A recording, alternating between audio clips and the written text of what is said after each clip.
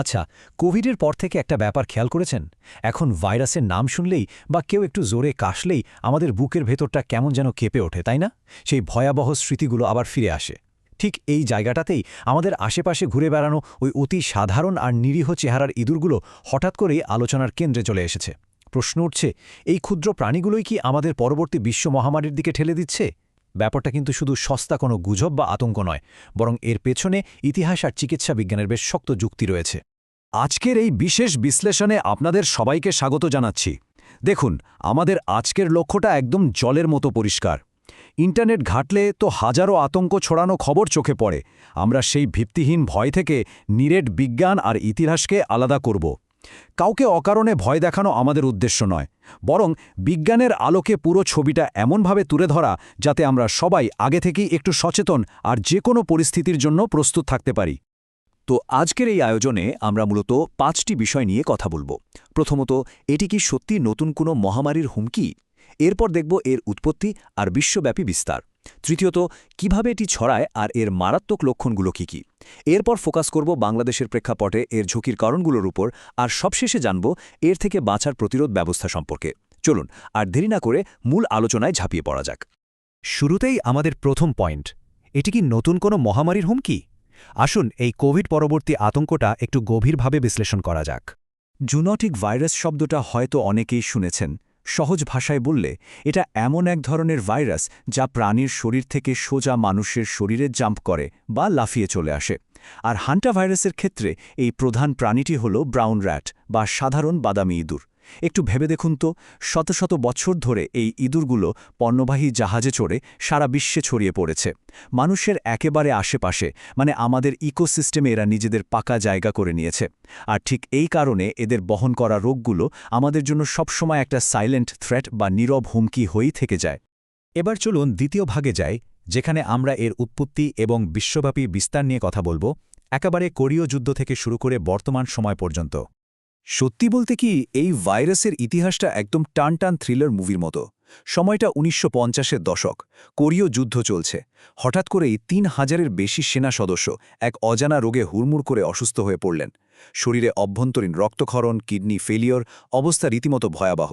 সেই সময়ের বড় বড় চিকিৎসকরা তো এর কারণ খুঁজতে গিয়ে একেবারে খেয়েই হারিয়ে ফেলেছিলেন।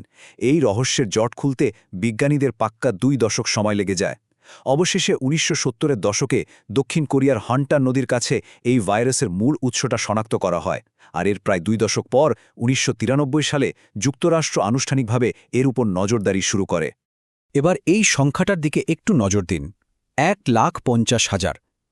হ্যাঁ, ন্যাশনাল ইনস্টিটিউটস অফ হেলথ বা NIH-এর তথ্য অনুযায়ী প্রতি বছর বিশ্বজুড়ে আনুমানিক ঠিক এই সংখ্যক মানুষ হান্টা ভাইরাসের কারণে গুরুতরভাবে অসুস্থ হন। হয়তো টিভিতে বা খবরের কাগজে প্রতিদিন এই নিয়ে ব্রেকিং নিউজ হয় না, কিন্তু জনস্বাস্থ্যের রাডারের নিচ দিয়ে ভাইরাসের এই যে নিঃশব্দ আর মারাত্মক বিস্তার, এটা কিন্তু চিকিৎসকদের জন্য সবসময় একটা বিশাল মাথা ব্যথার কারণ। বিশ্বজুড়ে এর সংক্রমণের পরিসংখ্যানটা দেখলে আপনিও হয়তো একটু চমকে যাবেন। অর্ধেকেরও বেশি ঘটনা ঘটছে চীনে, আর ৪৫% ঘটে এশিয়া ও ইউরোপের বিভিন্ন অংশে। কিন্তু জানেন কি, বিজ্ঞানীদের রাতের ঘুম হারাম করে দিয়েছে ওই বাকি ৫% সংক্রমণ, যা মূলত আমেরিকায় দেখা যায়। কেন? কারণ আর্জেন্টিনা আর চিলির আন্দিস পর্বতমালায় এই ভাইরাসের এমন কিছু অত্যন্ত রেয়ার বা বিরল প্রজাতি পাওয়া গেছে, যেগুলো সীমিত পরিসরে হলেও একজন মানুষ থেকে আরেকজন মানুষে ছড়াতে পারে। আর আমরা সবাই জানি, ভাইরাসের এই রূপ পরিবর্তন করে মানুষে মানুষে ছড়ানোর ক্ষমতাই হল যে কোনো বড় প্রাদুর্ভাবের সবচেয়ে বড় অ্যালার্মিং সাইন। ঠিক আছে, এবার আসছি তৃতীয় অংশে, সংক্রমণ এবং মারাত্মক লক্ষণ। অর্থাৎ ঠিক কিভাবে এটা ছড়ায় আর আমাদের শরীরকে আক্রমণ করে। ব্যাপারটা একটু কল্পনা করার চেষ্টা করুন। ধরুন, আপনি এমন একটা পুরনো স্টোররুম বা গুদামঘর পরিষ্কার করছেন, যেটা হয়তো মাসের পর মাস খোলাই হয়নি।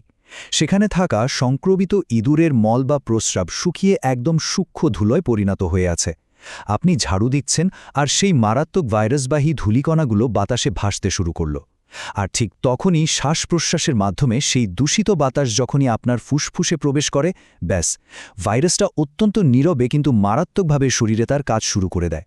খুব বিরল ক্ষেত্রে ইঁদুরার কামড় বা দূষিত খাবারের মাধ্যমেও এটা ছড়াতে পারে, তবে মূল বিপদটা কিন্তু ওই বাতাসেই। মানবদেহে ঢোকার পর এই ভাইরাস মূলত দুটো ধ্বংসাত্মক পথ বেছে নেয়। প্রথমটা হলো HPS, যা সরাসরি ফুসফুসে অ্যাটাক করে। এর ফলে ফুসফুসের সূক্ষ্ম রক্তনালীগুলো থেকে তরল লিক হতে শুরু করে, ফুসফুস পানিতে ভরে যায় আর রোগী শ্বাস নিতে না পেরে মারাত্মক পরিণতির দিকে এগিয়ে যায়। অন্যদিকে দ্বিতীয় ধরনটি হল HFRS। এটি ভাস্কুলার সিস্টেম আর কিডনিকে টার্গেট করে। শরীরের ভেতরে তীব্র রক্তক্ষরণ শুরু হয় আর এক পর্যায়ে কিডনি পুরোপুরি বিকল হয়ে যায়। সহজ কথায়, দুটো অবস্থায় সমানভাবে প্রাণঘাতী।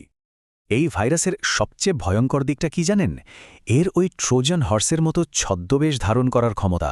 প্রথম ধাপে এর লক্ষণগুলো দেখতে একেবারে সাধারণ ফ্লু বা জ্বরের মতোই মনে হয়, যেমন ধরুন মাথা ব্যথা, কাঁপুনি বা পেট ব্যথা। আর এই সাদামাটা লক্ষণের কারণেই কিন্তু আক্রান্ত ব্যক্তিরা চট করে ডাক্তারের কাছে যান না, সাধারণ জ্বর ভেবে ভুল করেন।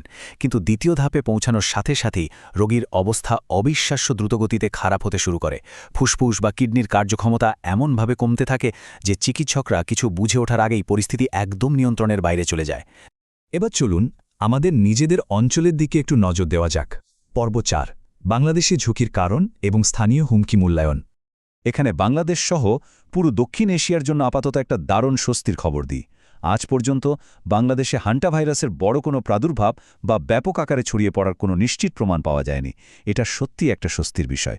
তবে স্বাস্থ্য বিশেষজ্ঞরা কিন্তু এতেই নিশ্চিন্ত হয়ে বসে নেই, কারণ বড় আকারের সংক্রমণ না ঘটলেও একটা প্রাদুর্ভাব তৈরি হওয়ার জন্য যে ধরনের পরিবেশ বা উপাদান দরকার তা কিন্তু আমাদের চারপাশে খুব ভালোভাবেই উপস্থিত রয়েছে। আমাদের স্থানীয় ঝুঁকিগুলোর দিকে তাকালেই ব্যাপারটা আরও পরিষ্কার হবে। আমাদের বর্ষাকালের কথাই একটু ভাবুন না। ভারী বৃষ্টি আর বন্যার কারণে প্রতি বছর লাখ লাখ ইঁদুর নিজেদের গর্ত ছেড়ে মানুষের শুকনো ঘরবাড়ি বা শস্যাগারে আশ্রয় নিতে বাধ্য হয়। এর সাথে যদি আমাদের বিপুল জনসংখ্যার ঘনত্ব এবং গ্রাম বা শহরের দুর্বল খাদ্য সংরক্ষণ ব্যবস্থাকে মিলিয়ে দেখি, তাহলেই বোঝা যায় আমরা হয়তো এখন নিরাপদ, কিন্তু ভবিষ্যতের একটা বড় সংক্রমণের জন্য এখানে কতটা অনুকূল পরিবেশ তৈরি হয়েই আছে।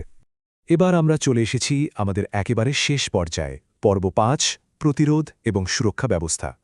চলুন দেখি কিভাবে আমরা এই ভয়কে জয় করে সঠিক প্রস্তুতি নিতে পারি। পুরো বিষয়টা সহজভাবে বোঝার জন্য বিশ্ব স্বাস্থ্য সংস্থার বিশেষজ্ঞ মারিয়া ভ্যান কোরখেবের একটা চমৎকার বিশ্লেষণ আছে। আর এটা খুব দারুণভাবে প্রমাণ করে যে হান্টা ভাইরাস আর কোভিড-19 কিন্তু একেবারেই এক জিনিস নয়। তিনি স্পষ্টভাবে বলেছেন, 6 বছর আগের কোভিড-19 পরিস্থিতি এবং এটি এক নয়, কারণ হান্টা ভাইরাস ছড়ায় ঘনিষ্ঠ ও অন্তরঙ্গ সংস্পর্শের মাধ্যমে। অর্থাৎ এটা রাস্তাঘাটে বা মুদি দোকানে এমনি এমনি বাতাসে ভেসে বেড়ায় না। এর জন্য ইঁদুরের বর্জ্যের খুব কাছাকাছি যেতে হয়। এই তথ্যটা কিন্তু আমাদের ওই সব কিছু লকডাউন হয়ে যাওয়ার প্যানিক থেকে অনেকটাই মুক্তি দেয়, তাই না? তো আমাদের করণীয় কি? দেখুন, সবচেয়ে জরুরি কথা হলো, হান্টা ভাইরাসের জন্য এখন পর্যন্ত কোনো নির্দিষ্ট ভ্যাকসিন বা সরাসরি কোনো ঔষধ আবিষ্কার হয়নি। তাই প্রতিরোধী হলো আমাদের একমাত্র আর সবচেয়ে বড় রক্ষা কবচ। ঘরের গর্তগুলো শক্ত করে বন্ধ রাখা, খাবার সবসময় ভালোভাবে ঢেকে রাখা আর ইঁদুর যাতে বংশবৃদ্ধি করতে না পারে সেদিকে কড়া নজর রাখা অত্যন্ত জরুরি। বিশেষ করে পুরনো বদ্ধ বা ধুলোময় কোনো গুদামঘরে ঢোকার আগে অবশ্যই পর্যাপ্ত আলো বাতাস চলাচলের ব্যবস্থা করবেন এবং পরিষ্কার করার আগে মাস্ক ও জীবাণুনাশক স্প্রে ব্যবহার করবেন।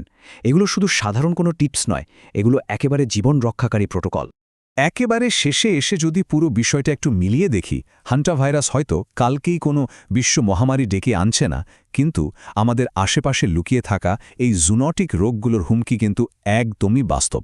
তাহলে প্রশ্ন হলো, আমাদের দৈনন্দিন অভ্যাস, সক্রিয় সতর্কতা আর এই সাধারণ পরিষ্কারতার বিষয়গুলোই কি আগামী দিনের অদৃশ্য হুমকির বিরুদ্ধে আমাদের সবচেয়ে বড় আর শক্তিশালী ঢাল হতে যাচ্ছে না? উত্তরটা কিন্তু আমাদের সবারই জানা। তাই সচেতন থাকুন, সুরক্ষিত থাকুন এবং চারপাশটা পরিষ্কার রাখুন।